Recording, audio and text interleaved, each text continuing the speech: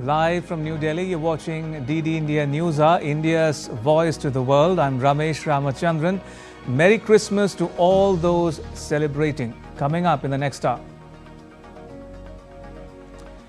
US lawmakers slam Bangladesh for banning the Awami League party, urge free and fair elections.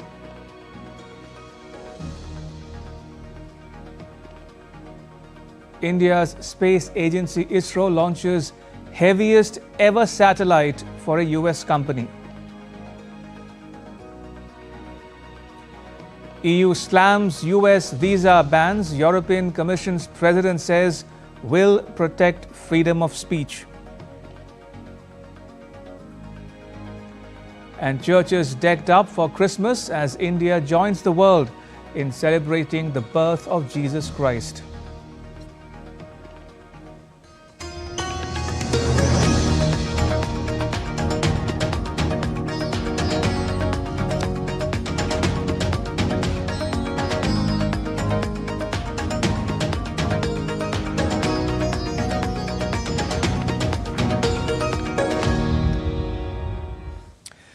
In a major triumph for India's space program, the Indian Space Research Organization launched its heaviest ever satellite for a US company. This next generation satellite will enable high-speed cellular broadband directly to standard smartphones worldwide. Prime Minister Narendra Modi hailed it as a proud milestone, boosting self-reliance and paving the way for future missions like Gaganyaan. Ritesh Ranjan reports from Sriharikota. 3, 2, 1, 0. The Indian Space Research Organization on Wednesday achieved a resounding success with the launch of its heavy-lift LVM-3 M6 rocket from the Satish Dhawan Space Center in Sriharikota in Andhra Pradesh. This dedicated commercial mission precisely deployed the advanced Bluebird Block 2 communication satellite into low Earth orbit. Bluebird Block 2 is a spacecraft of the USA and the heaviest satellite ever launched from Indian soil into its intended orbit. Today we have got a very important achievement.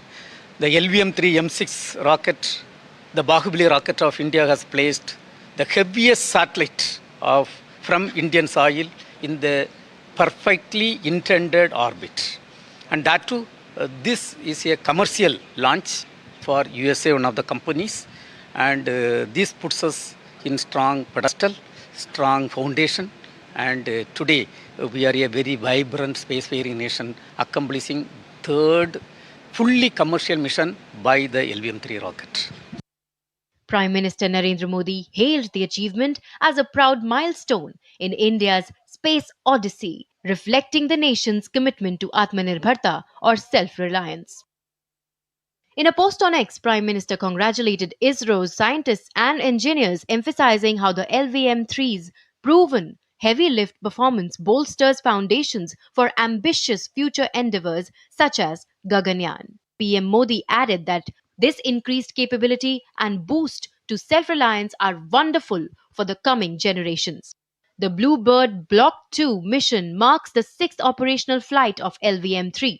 This mission is a dedicated commercial mission on board the LVM-3 launch vehicle. LVM-3 is a 3-stage launch vehicle comprising 2 solid strap-on motors, a liquid core stage, and a cryogenic upper stage. It has a lift-off mass of 640 tons, a height of 43.5 meters, and a payload capability of 4,200 kgs to geosynchronous transfer orbit. In its earlier missions, LVM-3 successfully launched Chandrayaan-2, Chandrayaan-3, and 2 OneWeb missions carrying 72 satellites. In this mission, LVM-3 M6 placed the Bluebird Block 2 satellite into the low Earth orbit and is the largest commercial communication satellite to be deployed in low Earth orbit. The satellite is part of a next generation of Bluebird Block 2 communication satellites designed to provide space-based cellular broadband connectivity directly to standard mobile smartphones. ISRO is always ready to accept whatever academia has to give, and that is why they are always connected with IIT and NIT. With camera person Surya, Ritesh Ranjan, DD India. Bangladesh remains on edge following a spate of violent incidents. The Muhammad Yunus-led interim government faces mounting pressure over the killing of youth leader Osman Hadi. Amid the turmoil, Bangladesh Nationalist Party's acting chairperson Tariq Rahman is set to return to Dhaka. Also, some US lawmakers have urged Dhaka to reconsider the suspension of the Awami League party. Naval Singh Parmar in Dhaka and Tripti Tripathi in New Delhi report. Unrest in Bangladesh continues. Yunus-led interim government faces mounting pressure over the killing of youth leader Osman Hadi. Protests demanding justice have erupted across the country, with Hadi's brother alleging that assassination was orchestrated to derail the national election scheduled for February. Amid this turmoil, Bangladesh Nationalist Party acting leader Tariq Rahman, son of former Prime Minister Khaleda Zia, is set to return to Dhaka after 17 years in self-exposed exile. With Sheikh Hasina's Awami League barred from contesting, the BNP has emerged as the frontrunner, and Rahman is widely seen as a potential future leader. Meanwhile, the National Citizen Party has called for restoring civic rights of Awami League supporters not involved in past violence. In India, members of pro-Hindu organizations staged demonstrations at several locations, condemning the lynching of Deepu Chandra Das, a 25-year-old garment factory worker who was killed and set on fire in Baluka over alleged blasphemy. Adding to the pressure, US lawmakers have urged Dhaka to reconsider the suspension of the Awami League, warning that bans could undermine free elections. In a letter to Chief Advisor Muhammad Yunus, US Representatives Gregory W. Meeks, Bill Huizenga and Sidney Kalamanga Dove warned that banning an entire political party could defranchise a large section of voters. Bangladesh now stands at a critical juncture, with political stability and credible polls under close watch. With inputs from Naval Singh Parmar, Tripti Tripathi report for DD India. Christmas cheer has taken over India's capital, New Delhi, as the devout step out to celebrate the birth of Jesus Christ. From brightly lit churches to bustling markets and towering Christmas trees, the spirit of the season is visible across the capital region. Rupa Kumar Jha reports from New Delhi. Festive lights, beautifully decorated Christmas trees, and the sound of carols have brought a joyful transformation to the Indian capital as Delhi and the wider national capital region celebrate Christmas, commemorating the birth of Jesus Christ. Amid tight security arrangements around churches, public spaces, and markets, people from different walks of life have come together to take part in the celebrations, reflecting the inclusive and multicultural spirit of the festival. Churches across the region are holding special prayers and services, drawing worshippers who see Christmas as a time for reflection, faith, and gratitude. For many, the occasion is not only religious, but also a moment to reconnect with their families and spread the message of goodwill. Every Christmas, God gives us His message. He loves us. And His love is manifested through His Son Jesus.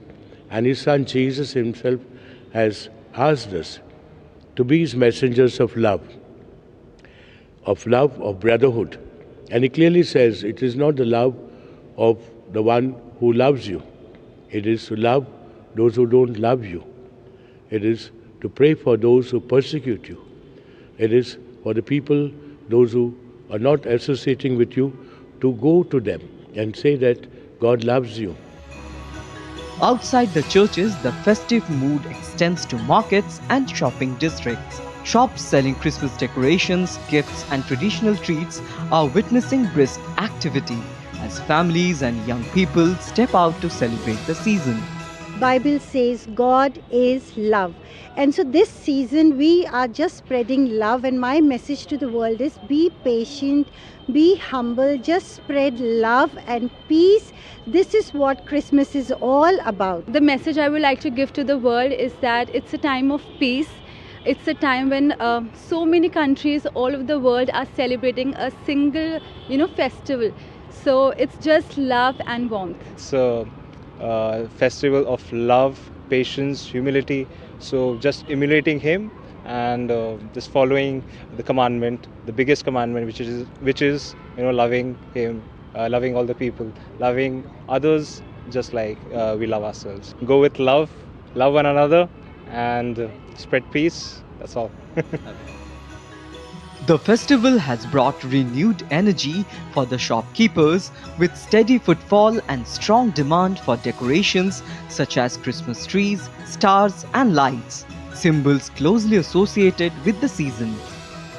As Christmas is being observed around the world, scenes from Delhi NCR echoes the universal message of the festival: peace, hope and harmony. Rupak Kumar Jha's report for DD India. In Shimla, the magic of Christmas Eve is clearly in the air. The streets are beautifully lit. The Ridge and Mall Road are full of tourists and locals enjoying the Christmas vibe. Churches in Shimla are glowing with lights, and special midnight prayers and carol singing are being held to celebrate the birth of Lord Jesus Christ.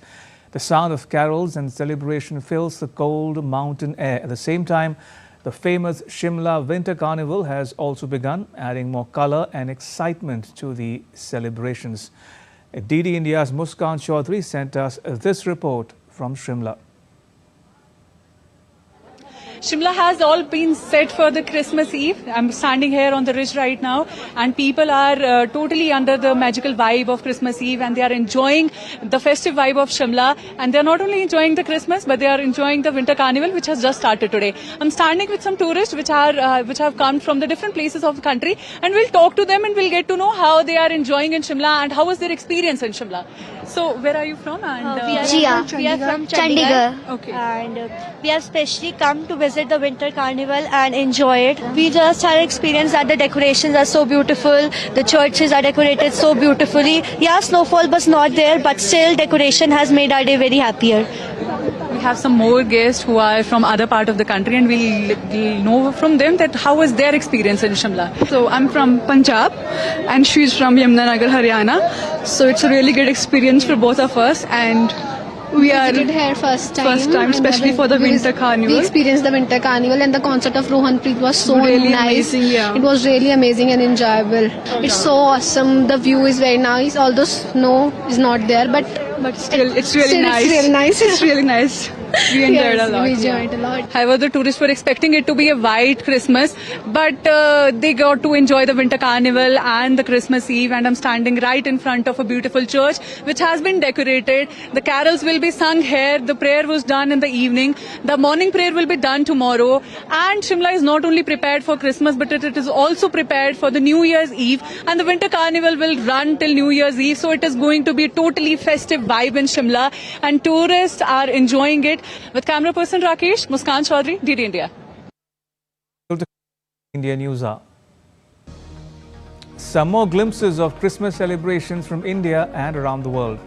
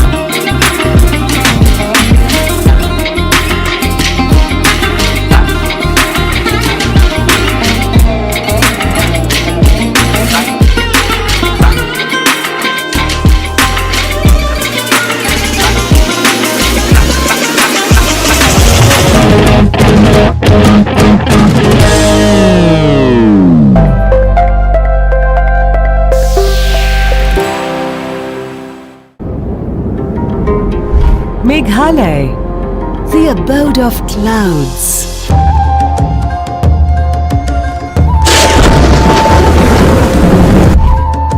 A land so enchanting. It makes time stand still. With a distinctive and ethnic culture. And vibrant tribal folklore.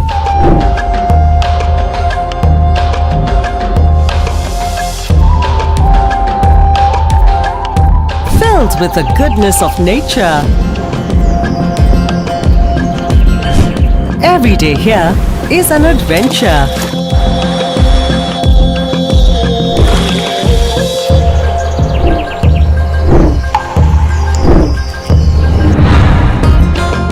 Home to music, passion, and to hopes and ambitions.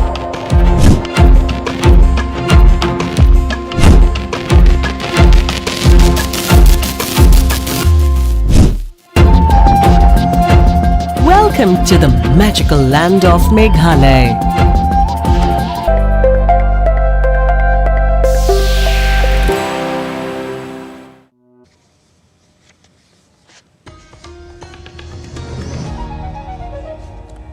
Welcome back. You're watching DD India Newshour. I'm Ramesh Ramachandran. Right, let's get you some more glimpses of Christmas celebrations from across India. Joining me from New Delhi is my colleague Dibyendu Mondal. Suneet Sukumaran is in Kochi, Kunal Shinde in Tripura, and also joining us from Mumbai in just a bit would be my colleague Shishir Sheller. Dibyendu, to you first. Give us a flavor of the celebrations in New Delhi. Well, Ramesh, you know where I am currently. This is the Sacred Heart Cathedral Church here in the heart of the national capital. I don't know if you can see behind me, these are the people that have gathered here since evening. They have been trying to, get a glimpse of the decoration that has been made here by the authorities of the church, cutting across age group, cutting across religion. People have been thronging this church, which is a very renowned church, of course, and also it is one of the oldest churches in Delhi. This is also the church where the Pope, Pope John Paul II had visited long time back. This is also the church where, in fact, the Pope had visited twice when he had visited India. So therefore, this is a very revered church amongst the Christian community. And as we speak, Ramesh, behind me, there is a tent that has been set up where the Christmas carol singing is currently underway. In a short while from now, as the clock ticks 12, we would also see the midnight mass beginning, which is also a significant, religious practice which is done by the Christian community across the world, wherein it is believed that on 25th of December at 12 in the midnight, Jesus Christ was born.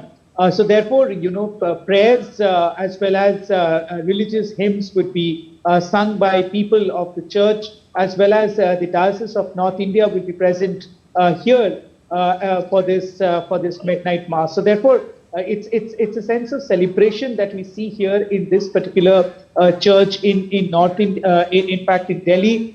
This is the Sacred Heart Cathedral Church, located in the heart of the national capital of India, and celebration is on. It's celebratory fervor. It's almost 12 in the midnight, but we see still people coming in. There have been massive security protocol that have been put up outside this church, given the fact that it was expected that a large number of people would be coming here. All vehicular movement in and around the church has been restricted. Each and everybody is being frisked thoroughly before they are being allowed to enter into the church. So therefore, both keeping in mind the security aspect, the people's, their respect as well as their fervor for celebration still isn't dampening.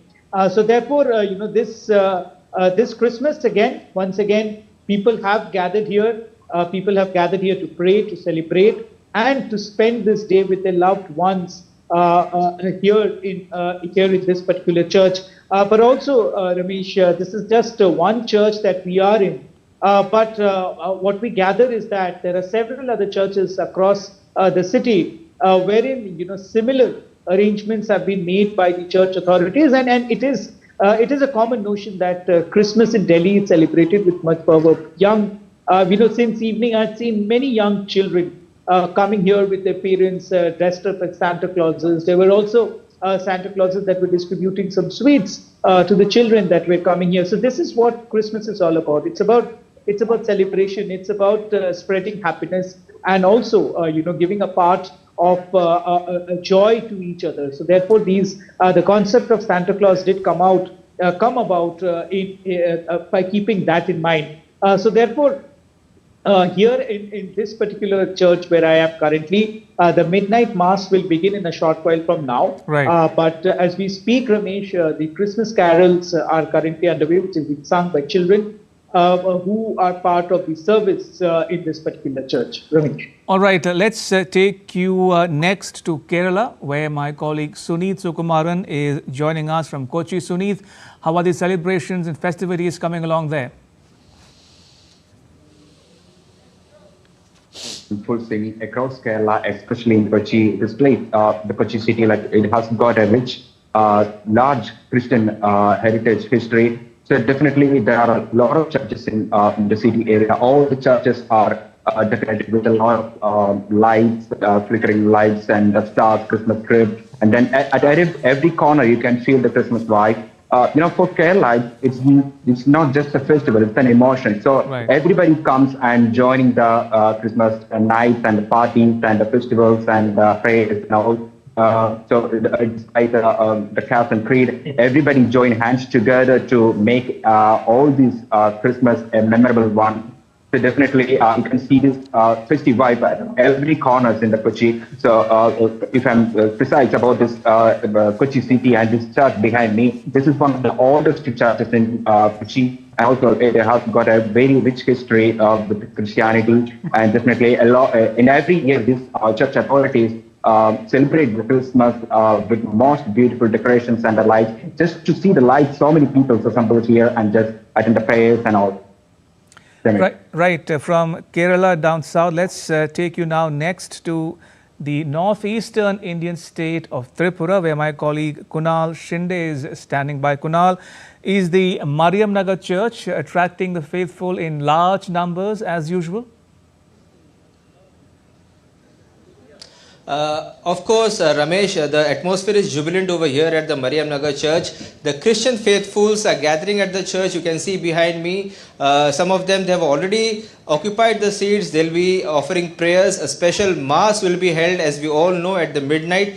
Special prayers have been offered to Lord Jesus at midnight. And people from varied walks of life, from Agartala and from in and around the city, they are visiting this Mariam Nagar Church.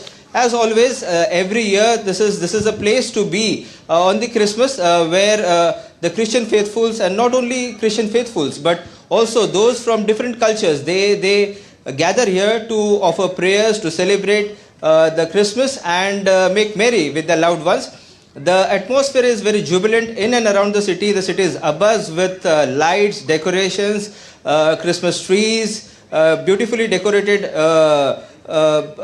surrounding, and as we all know, tomorrow also the prayers will be offered at various churches. This is one of the churches. This is an oldest church in Tripura. This was built in 1954 by the Portuguese settlers who settled down at the Mariam Nagar locality over here in Agartala. Ramesh? Right, from Tripura we take you next to Mumbai, where my colleague Shishir Sheller will join us in just a bit. We'll try to connect with him if we can on this broadcast. But for the moment, may I thank all our colleagues, Kunal Shinde in Tripura, Suneet Sukumaran in Kochi, and Devendra Mondal in New Delhi for joining us and sharing your reports on the Christmas celebrations in your cities. Thank you. Now, from bustling city streets to unique festive traditions, Christmas celebrations are lighting up cities across the world, bringing together people in a shared spirit of joy and togetherness. Rupak Kumar Jha has more. Christmas festivities bring together people from different cultures and continents to celebrate the season of joy, generosity and togetherness. Christmas festivities have returned to the birthplace of Jesus, Bethlehem, after 2 years due to the Israel-Gaza conflict. Bethlehem Mayor Mahir Kanawati delivered a Christmas Eve message of hope and peace, assuring the world that the city is safe and welcoming visitors to mark Christmas in the birthplace of Jesus. Good morning from the town of Christ. Today is Christmas, and the message of Christmas is the message of hope and the message of peace. And we're sending this message to the whole world. Merry Christmas, and see you all in Bethlehem. In London, the festive rush peaked at Oxford Circus, where last-minute shoppers packed the streets beneath glittering Christmas lights. Many braved the crowds with one goal in mind: finding gifts for loved ones as the countdown to Christmas entered its final hours. Across Asia, Christmas cheer took on a unique form in Japan, where a diver dressed as Santa plunged into a Tokyo aquarium to feed penguins. Swimming alongside the birds, the spectacle delighted visitors and added a playful twist to the holiday celebrations. In Europe and Middle East, festive spirit blended with tradition and security. More than 28,000 football fans filled a stadium in Germany to sing Christmas carols.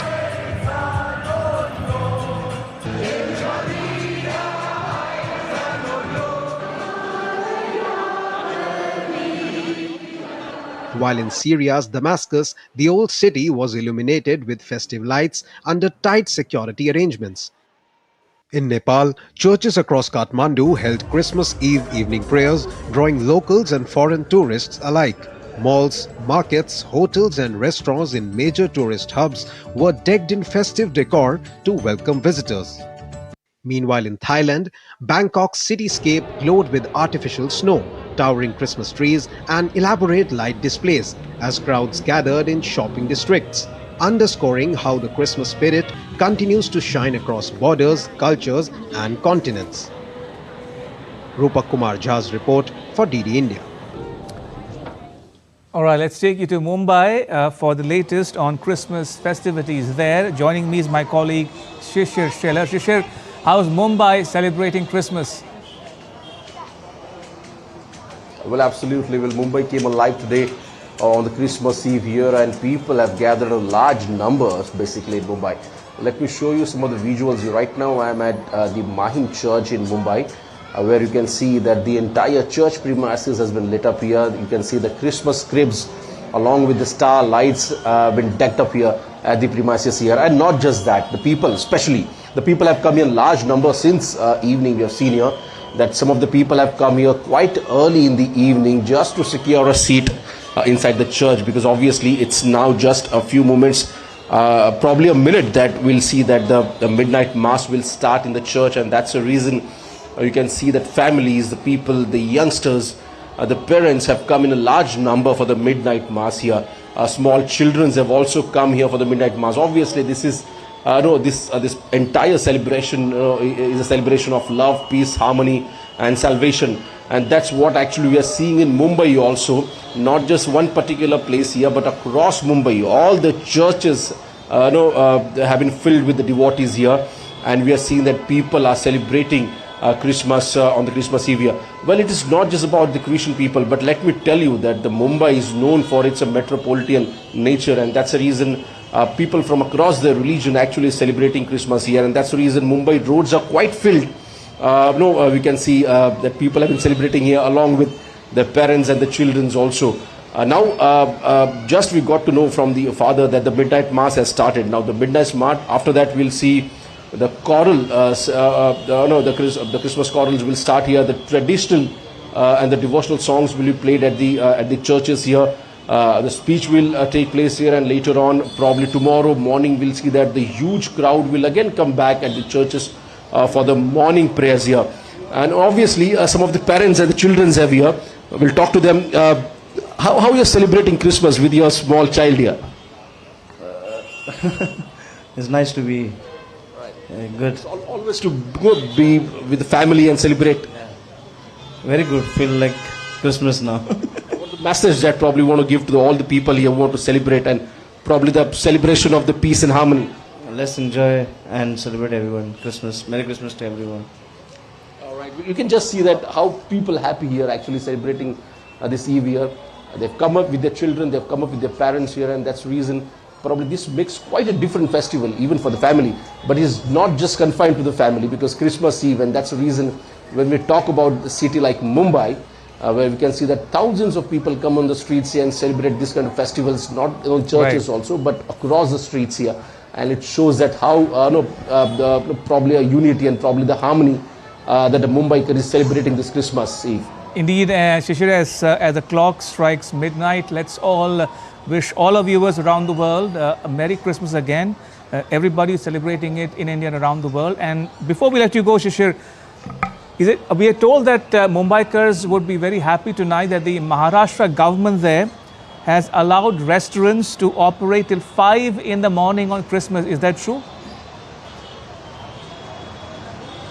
Well, absolutely. Some of the restaurants, especially on the Christmas Eve, the government have allowed some of the restaurants to operate in the morning because after midnight mass, most of the people go for the shopping or either for the dinner with their families, and that's the reason some of the eateries will be open till late night or probably early morning also. And that's the reason in Mumbai, basically, like you have seen here, that people have gathered a large number. Now the celebration will start till next morning, and probably tomorrow morning we'll see that huge crowd again will gather for the morning prayers at the churches. All right, I will leave there for now. Shishir Shelar in Mumbai, thank you for joining us. And may we, from DD India, wish all our viewers around the world Merry Christmas once again. All right, still to come on DD India Newshour. The Delhi Metro expansion gets cabinet nod.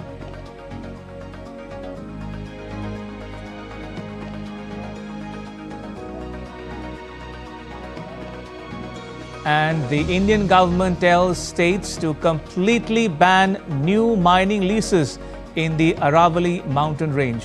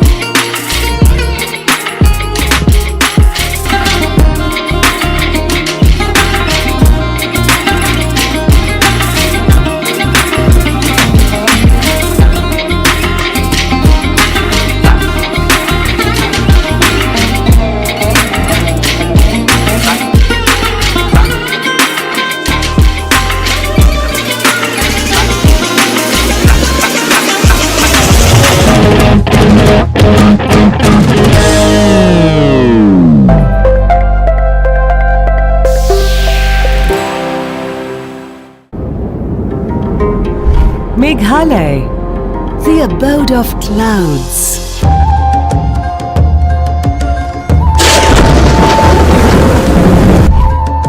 A land so enchanting. It makes time stand still. With a distinctive and ethnic culture. And vibrant tribal folklore.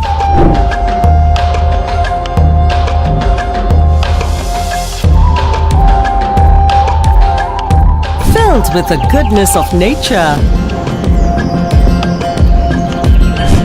Every day here is an adventure.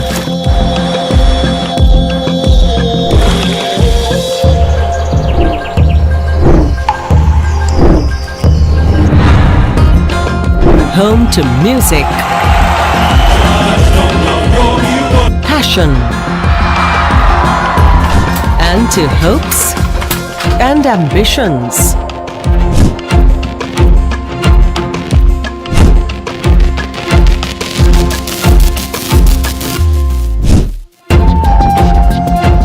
Welcome to the magical land of Meghalaya.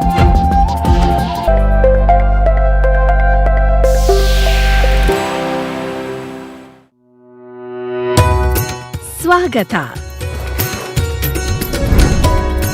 Welcome to the land of breathtaking natural splendor, magnificent architecture and rich cultural heritage. From the temples of Hampi to the Mysore Palace, from the ruins of the Vijayanagar Empire to Jog Falls and Bandipur Tiger Reserve, Karnataka's diverse and vibrant landscape has much to offer to everyone. With the largest coffee growing area and production of the highest quality of sandalwood, Karnataka is a leading agricultural state of India. Dubbed the Silicon Valley of India, Bengaluru, the capital of Karnataka, is India's leading information technology exporter.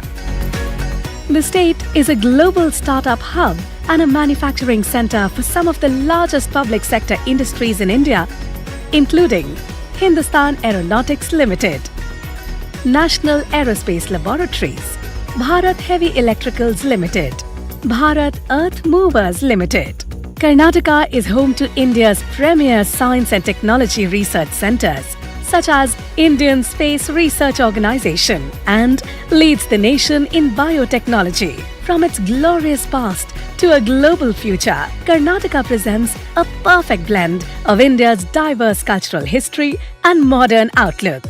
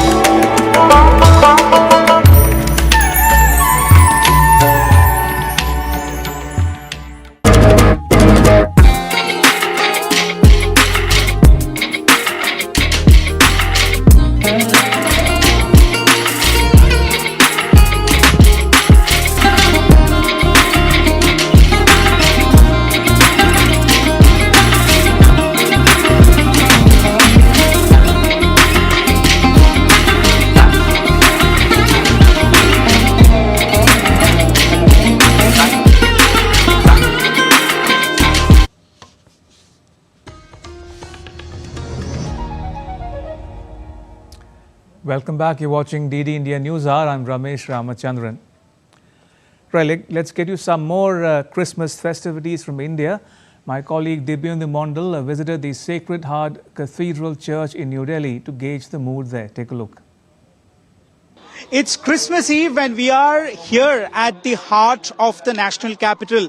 And behind me is one of the most famous churches of Delhi. This is the Sacred Heart Cathedral Church in Connaught Place in the heart of Delhi. And as you can see behind me, hundreds of people have been coming here since the evening.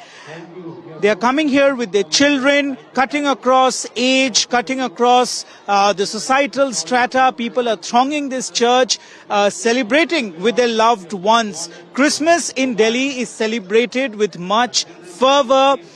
We see people here greeting Merry Christmas to each other. It is in a sense, a mood of festivity here in the national capital. People from across the city have thronged here at this particular Sacred Heart Cathedral Church here in Delhi. And of course, carols, Christmas carols have been sung by the church authorities here at the Sacred Heart Cathedral.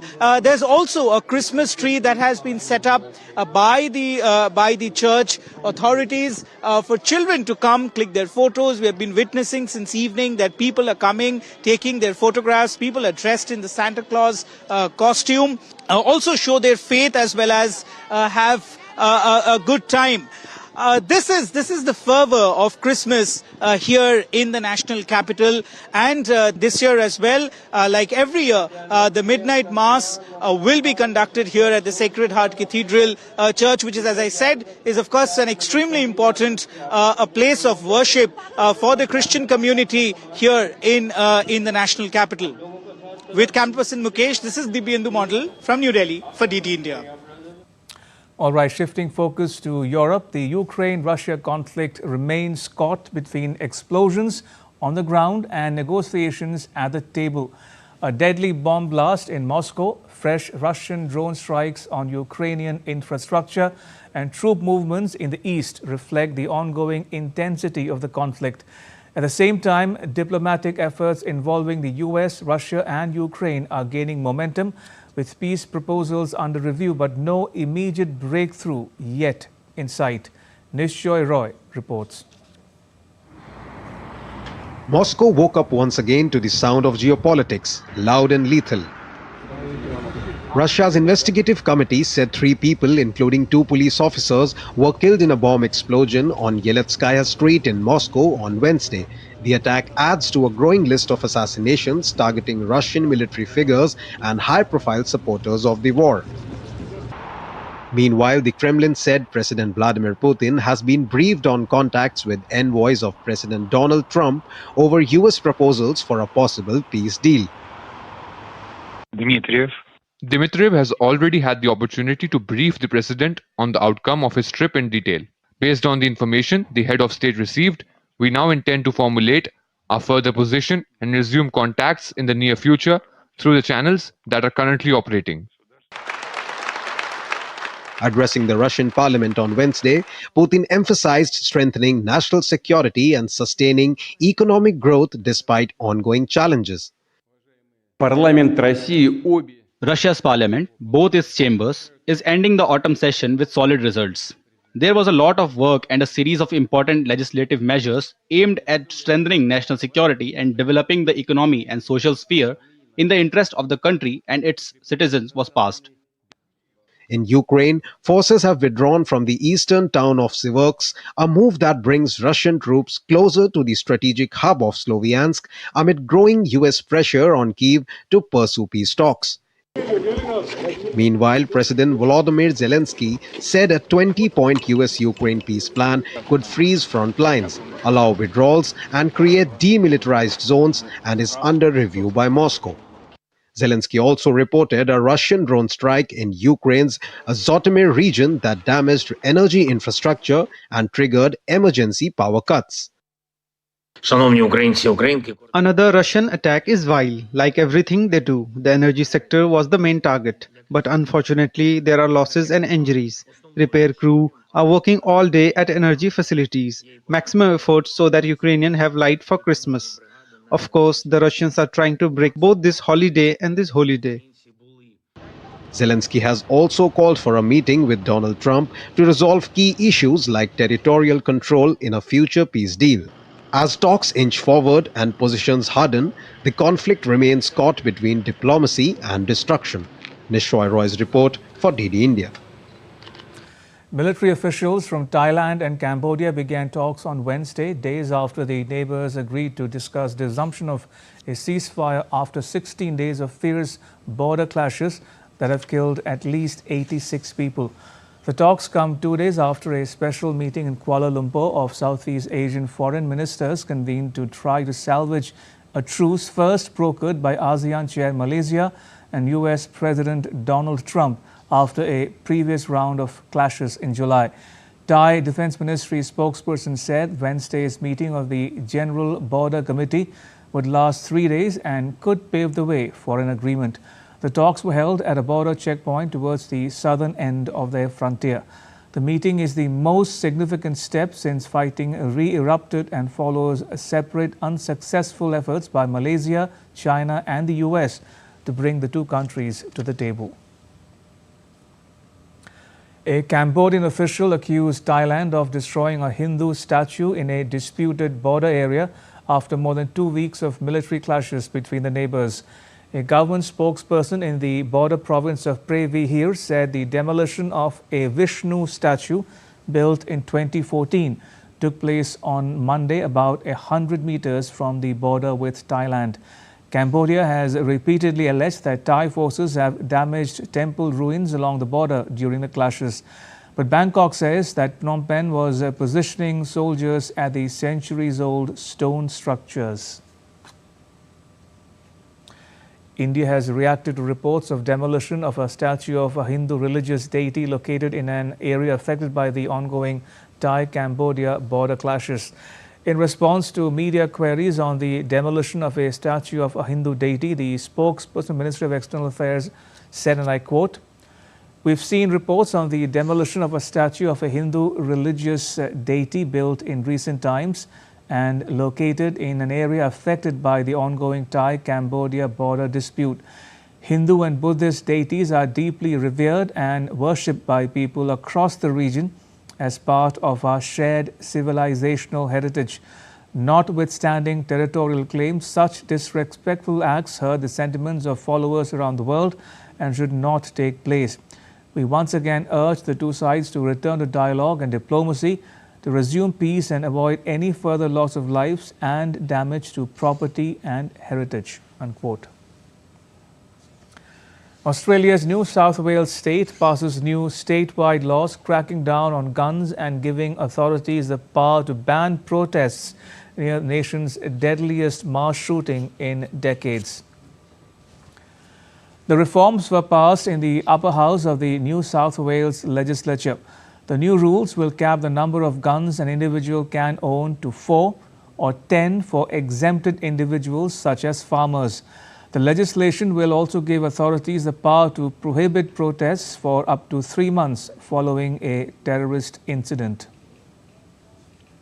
This is the first tranche, but an important tranche of reforms in this state in relation to protest legislation, extreme hate symbols in our community, and also the toughest gun restrictions of any jurisdiction in the country. I want to make it clear that this isn't the end of change. Sydney and New South Wales has changed forever as a result of that terrorist activity last Sunday. And we know it's our responsibility to do everything we can to keep the people of New South Wales safe, and that means further change in the new year. The Indian cabinet, chaired by Prime Minister Narendra Modi, on Wednesday approved a new phase of the Delhi Metro Rail project, marking a significant expansion of the capital's mass rapid transit network. The Prime Minister said that it will give a major boost to the infrastructure in the national capital. Information and Broadcasting Minister Ashwini Vaishnav said that the project will cover 3 major corridors and reduce carbon emission. 3 आज corridors approve हुए हैं। रामकृष्णा आश्रम R K आश्रम मार्ग से Indraprastha 9.9 kilometers at an investment of 9,570 crores.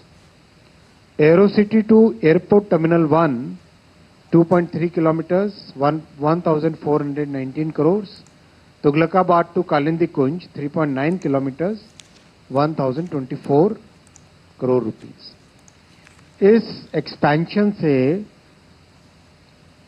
Delhi में 33,000 tons CO2 emission every year will be saved. 30 new stations, including 10 underground and 3 elevated, will be constructed over 3 years. जो approval हुआ है वो बहुत इम्पोर्टेंट है। इसको फेज 5A कहा जाएगा। This will be Delhi metro phase 5A। 13 station इसमें बनेंगे, 10 underground and 3 elevated stations.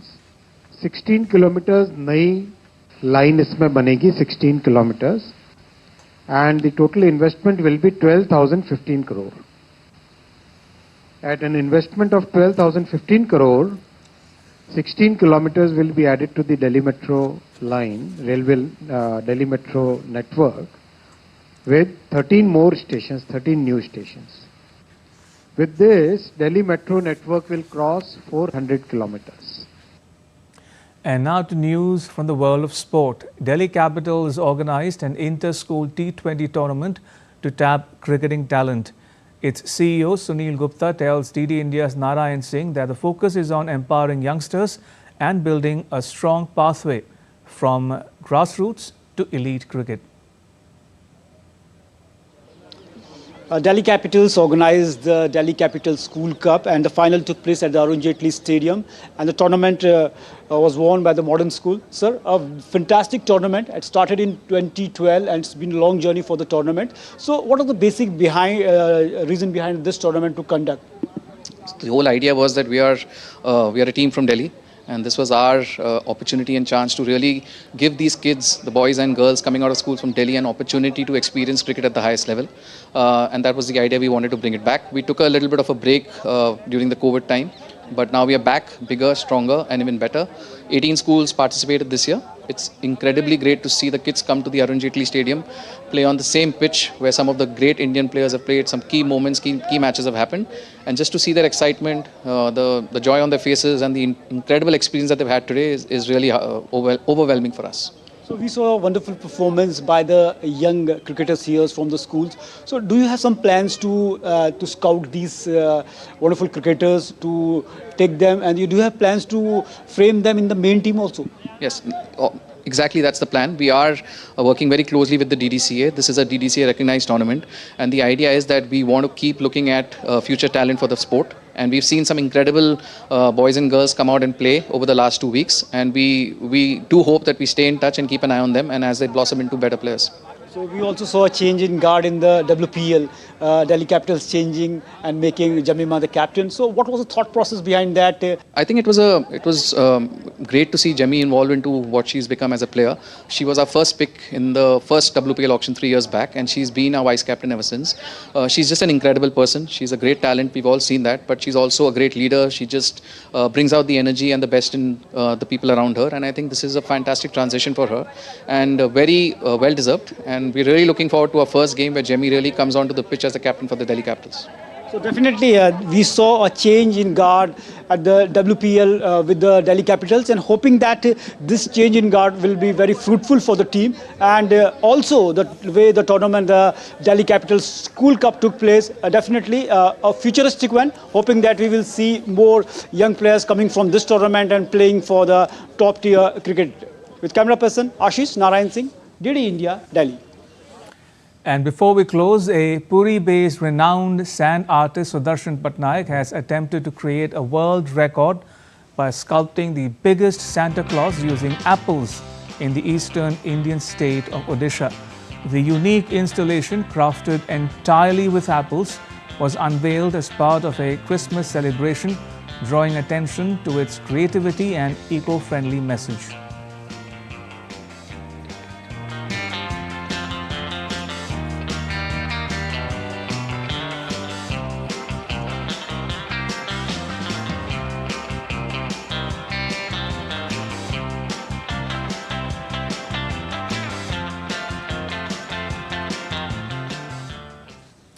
And with that, it's a wrap on this edition of DD India Newshour. You can get the latest news on the DD India mobile app on both Android and iOS platforms. Scan the QR code to download it.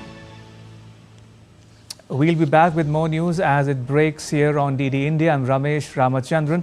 From all of us here in New Delhi, thanks for watching DD India Newshour, and we wish you all a Merry Christmas.